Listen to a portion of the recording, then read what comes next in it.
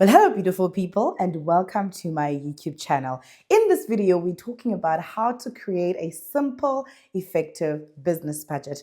Even if you're not a finance expert, you know you need it.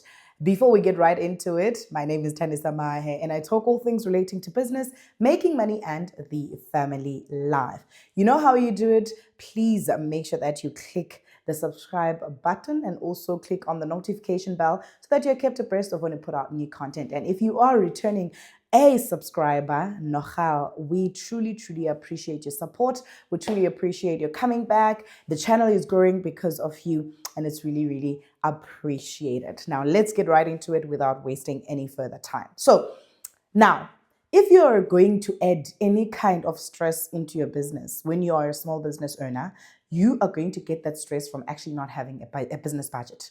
And that is going to make you want to crawl up walls because it is going to cause you to function from a place of not knowing what's happening in your business, how to plan appropriately and effectively, not knowing how to just manage the finances of your entire business. And it's really going to cause you a lot of stress. So this is something that we need to stay away from. I know that at a starting point, it might just be that you're someone that never thought about it, that never really paid any attention to it. But I'm sure a lot of the other struggles that you're faced with actually emanate from the fact that you don't have a structured business budget. Sometimes you may also feel very overwhelmed when you're thinking about business budgeting and not know where to start. So in this video, I'm hoping just to walk with you right up until the end of the video to show you specific areas that you can be able to focus on that will guide you in the process of actually creating an appropriate budget for your business. A budget that is simple, a budget that is practical, a budget that you can work with, and something that you can stick to. Because once you start this journey, you need to make sure that you stick with it so that you're able to see the benefit at the end of the day and the transition and change in your business from when you did not have a budget and when you actually started using this tool.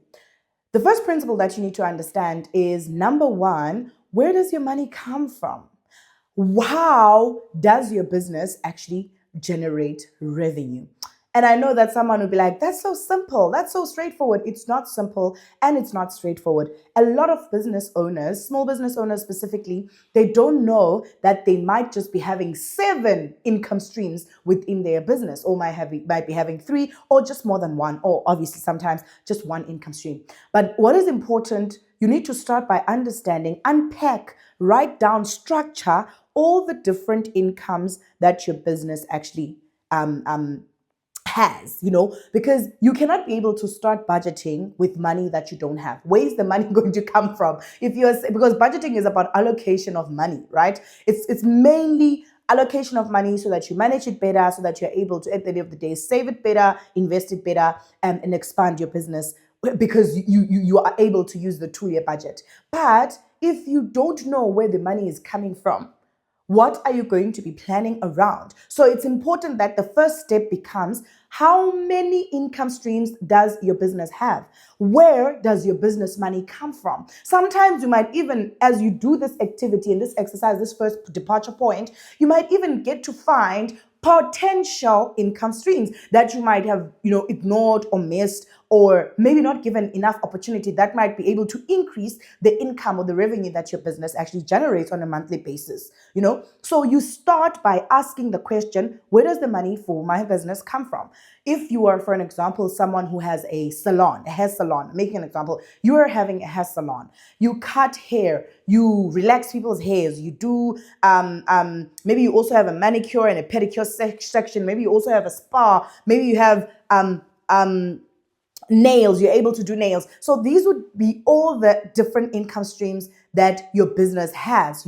I could mention so many, but look at your business specifically and try to find an answer to where does the money come from. This is also, as you are undertaking this exercise and as you're structuring your business and coming with, the application and the implementation of the tool of budgeting, you will also be able to see, of these different income streams, which one gives you the most money? Which one is neglected? Which one does not really perform as best? And how can you be able to improve on it or actually discard it and focus on those and focus on strengthening those that give you the most money? But you need to start by actually knowing where your income comes from. Secondly, you want to focus on tracking your fixed expenses. Now, expenses are not the same. You have variable expenses, you have fixed expenses. I'm going to talk about variables in the next step. But for now look at your fixed expenses. Basically, for someone who doesn't really understand what that is, fixed expenses are expenses that you have incurred every single month. They don't necessarily change, they remain the same. An example is rent. If you are stationed in a certain building, like for instance, here in my office, I pay rent every single month and my rent is constant. Like every year, it's renewed every year. So I know for these 12 months of this 2025 year, I know that I'm going to be paying X amount of rent every single month. So that's my fixed expense.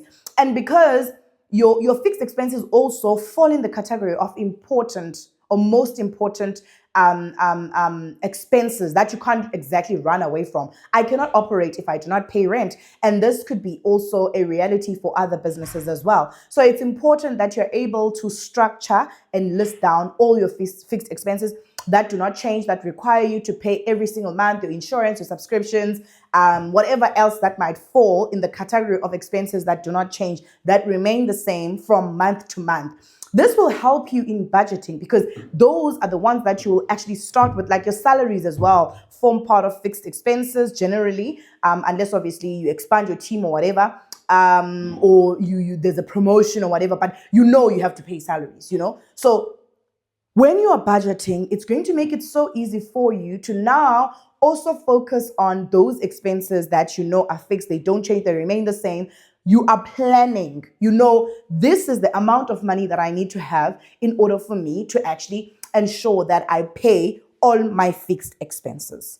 Now, the next thing that you want to focus on is making a list of your variable expenses. Now, variable expenses are different from fixed expenses in that they may vary. They change, like raw materials, marketing, packaging, shipping costs, etc., etc. They may vary, obviously, influenced by whether it's a good month or a bad month, how much people are buying. There are so many different variable costs that you may have in your business, but they fluctuate. What I would advise you to do is to look at them over maybe a couple of months so that you can have a good average in your planning. But do not miss them out. Don't forget about them. Don't ignore them.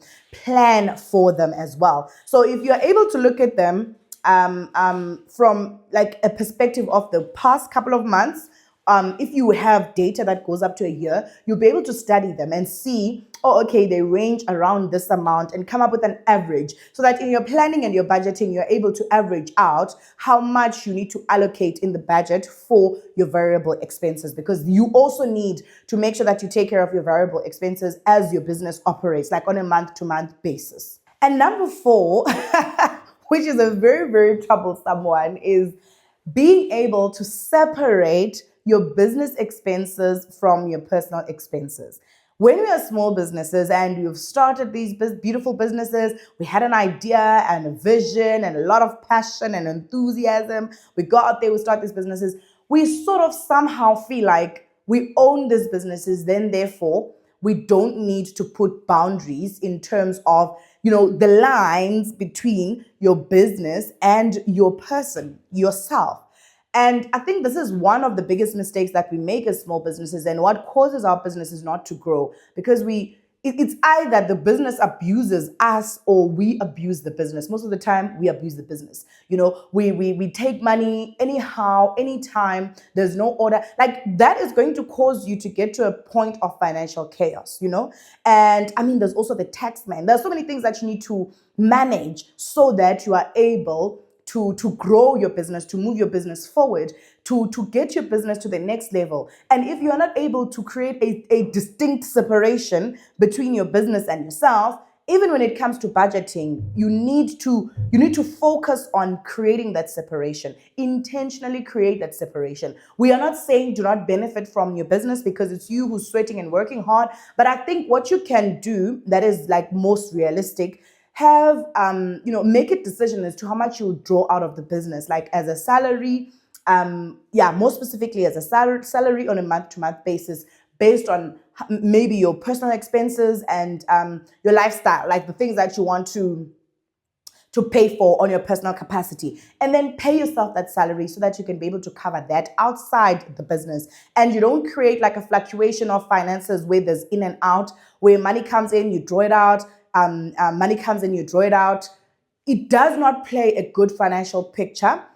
Even when you go out and look for opportunities, financing, funding, when they're studying your books, they're going to be able to pick up, you do have that weakness. And that weakness is not really, it does not really put you in a place where you become a good candidate for financial support, because it says that when we give you the finances, you will end up, using them anyhow and having absolutely no accountability for how you are spending the money in the business. So it's important that as you are working on your budget as well, you focus on creating a separation. You are a person, the business is a person. These are different entities and they need to be kept separate. You can't draw money from your business in the form of a salary and so many other things, but let's just keep it simple to salary. Every single month, you are allowed to do that, but please be realistic. And also, I think you need to manage your interests. Do you want to, bleed your business dry and flash? Whereas you could actually be able to take that money and reinvest it into the business so that it grows. I mean, those are some of the things that you would also obviously need to consider. And then number 5, please make sure that you set realistic goals. When you are coming up with your business budget, you obviously have certain goals that you want to achieve, but let your goals be realistic.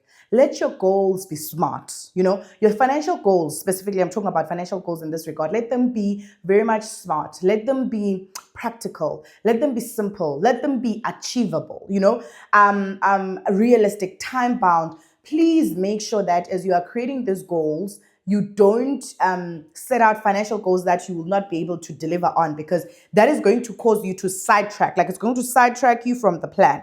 You're not going to stick to the budget. You're not going to stick to the plan because you feel the goals are overwhelming you. So create financial goals that you're going to ensure you implement using the budget, but let them be realistic. Step number 6 is build in savings into your business. There are so many businesses that make a lot of money, like a lot of profit, but that profit ends up being spent on unnecessary expenses, on flashy lifestyles, on personal purchases, and so many different things that don't help the business to grow.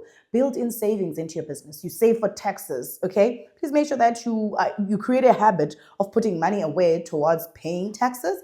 It'll help you, because if that money does not, like if you get taxed less than what you've saved, or you're working with your tax practitioner or accountant to work the tax laws to your advantage, that money is going to be like a great saving for your business, right? Like, you will still keep it.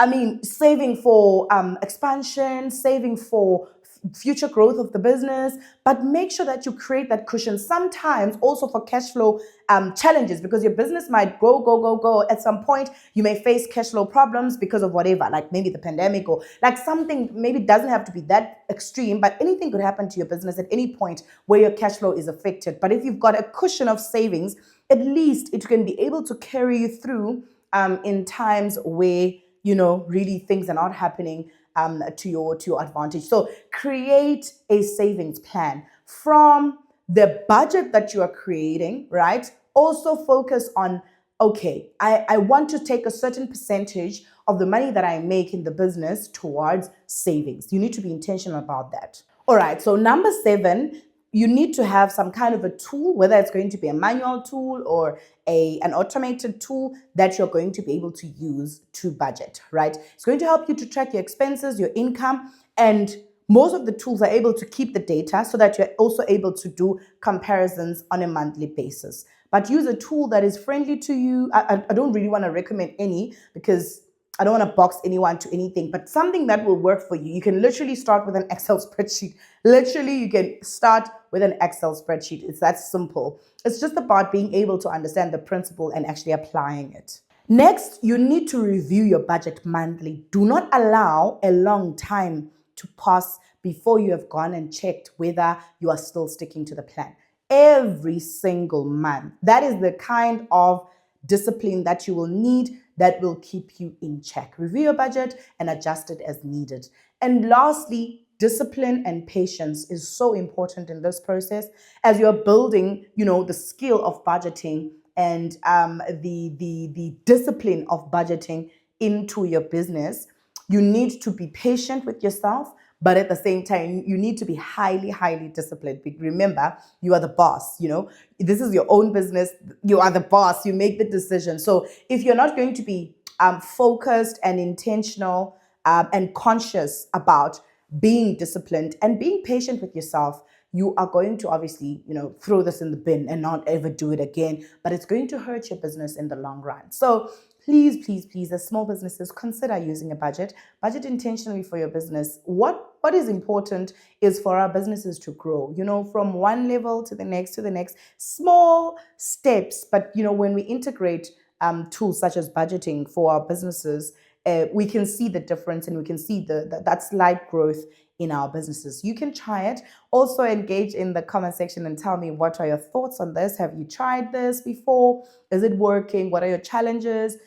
Which area do you feel that you are struggling with? Let's have a conversation. Otherwise, that's all for me for today. Don't forget to actually subscribe. If you are coming here and you enjoyed the video, coming here for the first time, you enjoyed the video, you think it will help you, please hit the subscribe button and the notification bell if you are someone that wants to be kept abreast of when we put out new content. Otherwise, that's all from me for today. And until next time, stay absolutely blessed.